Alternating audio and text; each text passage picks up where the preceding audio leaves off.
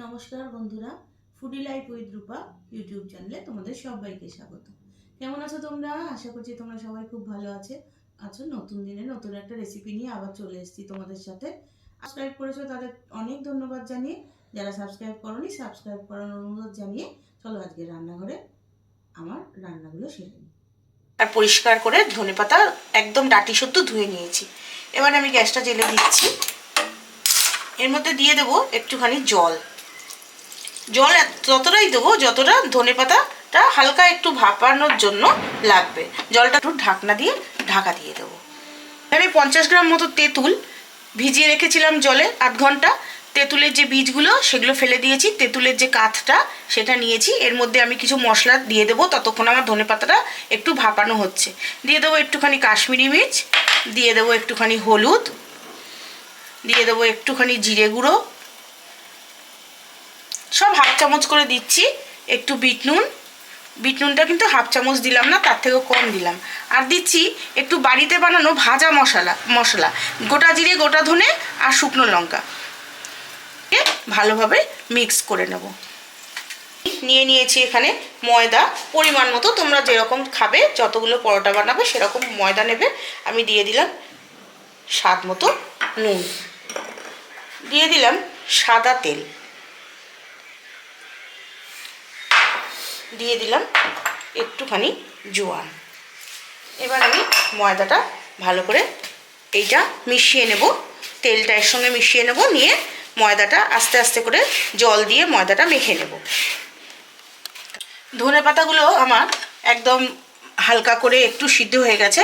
এবার এটা আমি সিদ্ধ ঠিক বলা যাবে না, এটাকে ভাপা, এটা আমি একটা মিক্সার গ্রাইন্ডারের মধ্যে তুলে নিলাম। তার মধ্যে দিয়ে দিলাম দুটো কাঁচা লঙ্কা। তোমরা যে যেরকম ঝাল খেতে চাও সেরকম দেবে। এবার আমি এই ধনেপাতাটা মিক্সার গ্রাইন্ডারে একটু পেস্ট করে নেব। তেল দিয়ে রান্না করব, বেশ খানিকটা সর্ষের তেল দিতে হবে। আচারে তো তোমরা জানো একটু তেল বেশি লাগে। সর্ষের তেল দিলাম, সর্ষের তেলটা গরম হওয়া পর্যন্ত অপেক্ষা করব। সর্ষের তেলটা গরম হয়ে গেছে, আমি এটার মধ্যে বেশ খানিকটা পাঁচফোড়ন দিয়ে দিলাম। দিয়ে দিলাম কয়েকটা শুকনো লঙ্কা, রসুন আমি 10-12 কোয়া রসুনকে আমি হালকা থেতো করে রেখেছিলাম, রসুনটা দিয়ে দিলাম। দিয়ে দিলাম কয়েকটা কাঁচা লঙ্কা। এবার এটাকে একটু ভেজে নেব। আমি এই তেঁতুলের কাঠটা পুরোটাই দিয়ে দিলাম। এবার গ্যাসের ফ্লেমটাকে আমি জোরে করে দেবো, দিয়ে এটা ভালো করে নাড়াচাড়া করবো, মেশাবো। আমি এটা 2 মিনিট মতো ফুটিয়ে নিয়েছি, যেটা তেঁতুলের কাপটা দিয়ে মশলাটা দিয়ে 2 মিনিটের মতো ফুটিয়ে নিয়েছি। আমি পরিমাণ মতো নুন দেবো। তখন কিন্তু আমি বিট নুন দিয়েছিলাম, নুন দিইনি। ধনেপাতার যে পেস্টটা করেছিলাম সেই পেস্টটা এবার এর মধ্যে দিয়ে দেবো। এই আচারটা তোমরা 3 থেকে 4 মাস ফ্রিজে সংরক্ষণ করে রাখতে পারো। রুটি, পরোটা, লুচি যে কোনো জিনিসের সঙ্গে তোমরা কোনো তরকারি লাগবে না, এই আচারটা নিশ্চিন্তে খেতে পারো। আশা করছি তোমাদের সবার খুব ভালো লাগবে।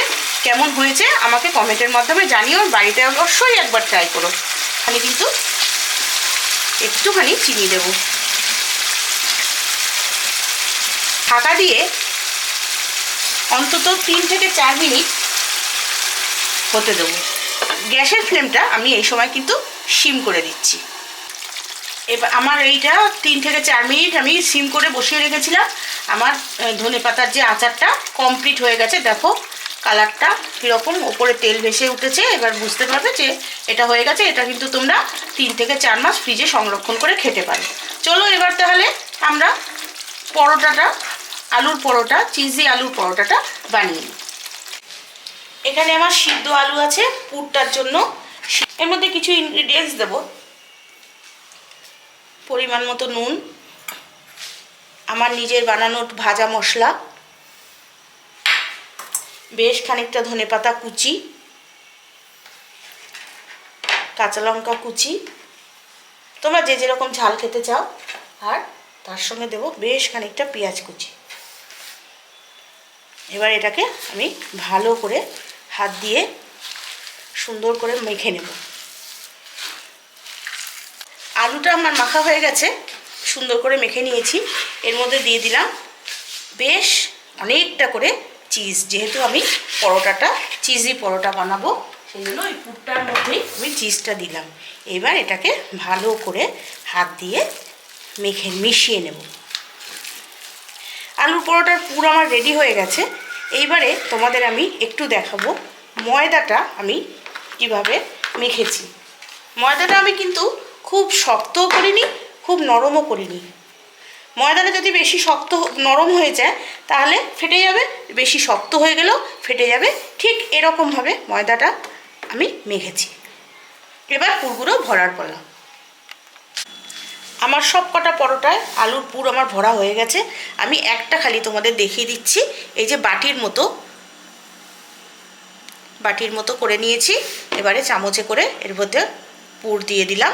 দিয়ে আস্তে আস্তে করে, যেরকমভাবে তোমরা তো সবাই জানো কিভাবে করতে হয়, এইভাবে মুড়ে পরোটাটা লেচিটা এইভাবে মুখটা বন্ধ করে দিলাম। দিয়ে ভালো করে সিল করে দিতে হবে। দিয়ে আমি এই যে বাটির মধ্যে ময়দা রেখেছি, ময়দাটা ভালো করে এপিট ওপিট করে একদম পরোটার লেচিগুলো পুরো রেডি করে নিলাম।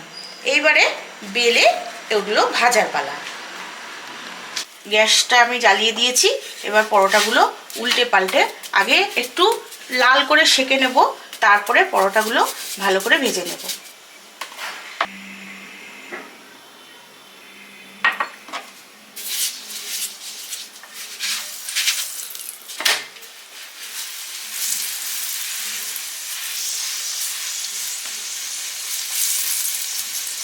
একটা একটা করে পরোটা আমি ভালো করে সেঁকে নিয়ে লাল করে ভেজে নেব। উল্টে পাল্টে এটাকে গ্যাসের আঁচটা কিন্তু আমি লো টু মিডিয়ামে দিয়ে রেখেছি। এবার আমি পরোটাগুলো ভালো করে ভেজে সার্ভ করে তোমাদের দেখাবো। আলুর পরোটাগুলো সব আমার ভাজা হয়ে গেছে। ধনেপাতার যে আচারটা করেছিলাম সেই আচারটা দিয়ে আমি সার্ভ করে দিয়েছি। আমার রান্নাটা তোমাদের কেমন লাগলো সেটা তোমরা অবশ্যই কমেন্টের মাধ্যমে জানিও। আলুর পরোটাটা কেমন নরম হয়েছে সেটা তোমাদের একটু এবার দেখাবো। যেহেতু এর ভেতর চিজ দেওয়া আছে, ভীষণ নরম হবে পরোটাটা। তোমরা একবার ট্রাই করে দেখতে পারো। নতুন দিনে নতুন একটা ভিডিও নিয়ে তোমাদের সাথে আবার ফিরে আসবো। ততক্ষণে তোমরা সবাই খুব ভালো থেকো।